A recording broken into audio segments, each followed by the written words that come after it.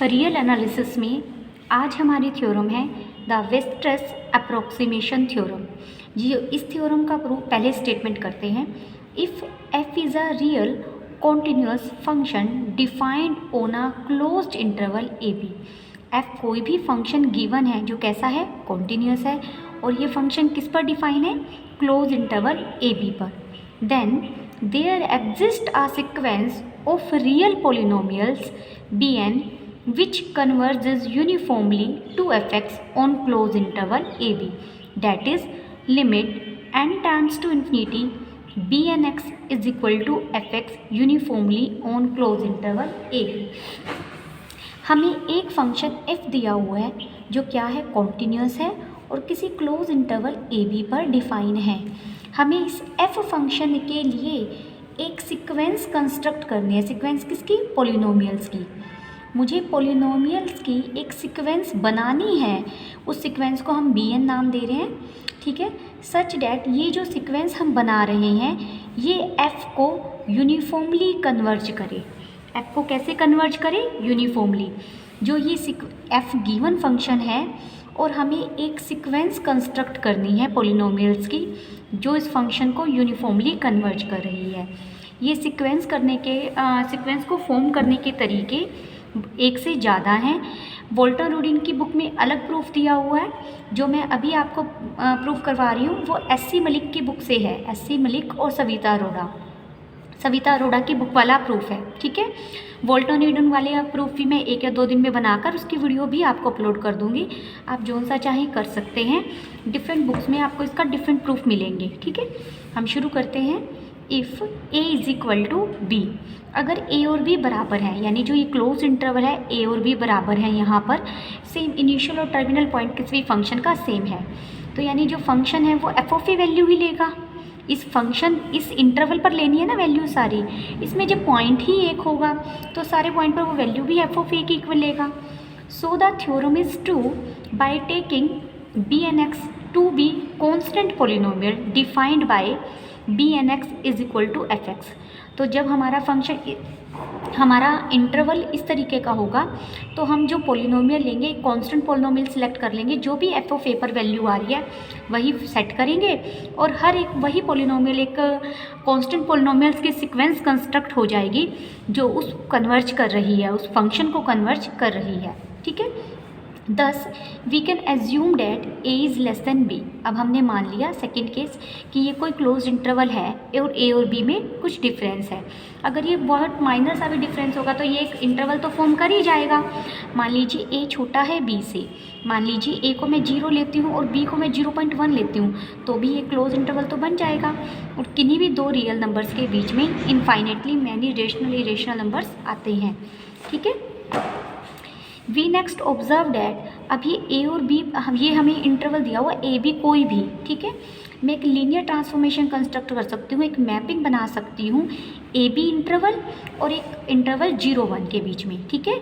We observe that, अगर मैं mapping ऐसे डिफाइन कर लूँ, is a continuous mapping of closed interval A B onto 0-1।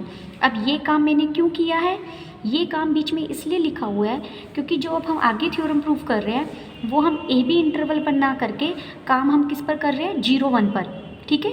हम जो काम करेंगे वो हम किस पर करेंगे, 0 से 1 इंटरवल के बीच में। हम ये दिखा रहे हैं कि हम एक कॉन्टिन्यूस फंक्शन बना सकते हैं ए बी से लेकर 0-1 के बीच में जो ऑन टू होगा।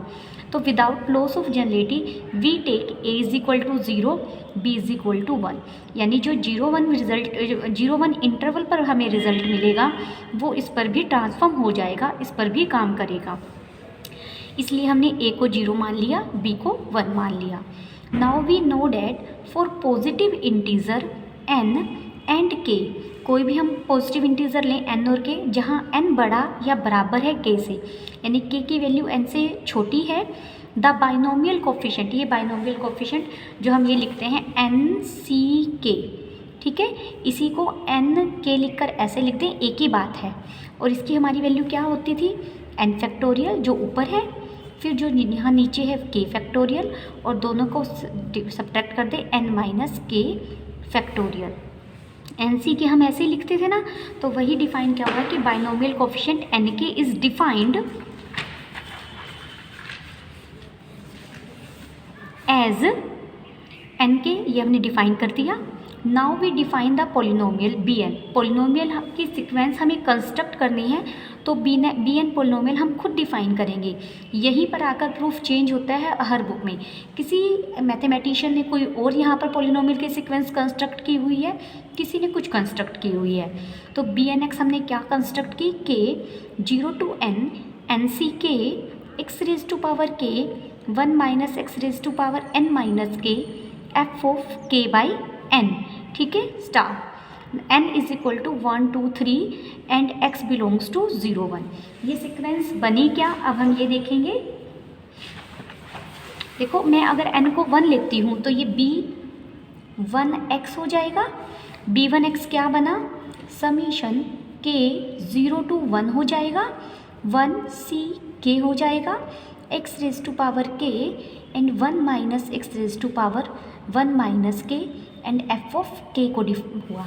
ठीक है, यानी ये चीज़ क्या बनी, समीशन खोलेंगे, k को पहले 0 लेंगे तो 1c 0 x raise to power 0 1 minus x raise to power 1 minus 0 f of 0 plus k को 1 लेंगे 1c 1 x raise to power 1 1 minus x raise to power 0 and f of k by, पहले हमने n को k को 0 लिया है, k को 1 लिया है, तो ये 1 हो जाएगा f ऑफ 1।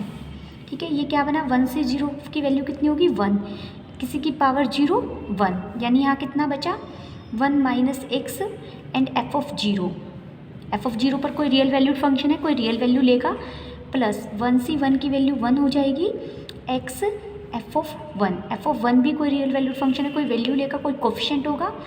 मान लीजिए मैं इसे c बोल रही हूँ एक सेकेंड के लिए, प्लस x और इसे d बोल रही हूँ इस वैल्यू को। ठीक है, तो ये पोलिनोमियल बन गई। ऐसे ही अगर मैं n को 2 लूँगी तो ये क्या क्या होगा, b2x is equal to summation k is equal to 0 to 2c k x raise to power k 1 minus x raise to power 2 minus k f of k by 2। ठीक है, अब जैसे ही मैं k को 0 1 और 2 पर खोलूँगी तो ये भी एक पोलिनोमियल बनेगी। ठीक है, तो हमने पोलिनोमियल की सीक्वेंस कंस्ट्रक्ट की है। आपको समझ में आई ये बात। अब नाउ कंसिडर द आइडेंटिटी। जो हमने ये चीज़ ली है ये क्या है, हम इस पर काम करते हैं। समीशन के 0 to n nc के x raise to power k 1 minus x raise to power n minus k। देखो हमारे पास जो बाइनोमियल कोफिशिएंट है nc, जब हम खोलते हैं a plus b whole raise to power n खुलता है, तो खुलता है nc 0 a की पावर n और b की पावर n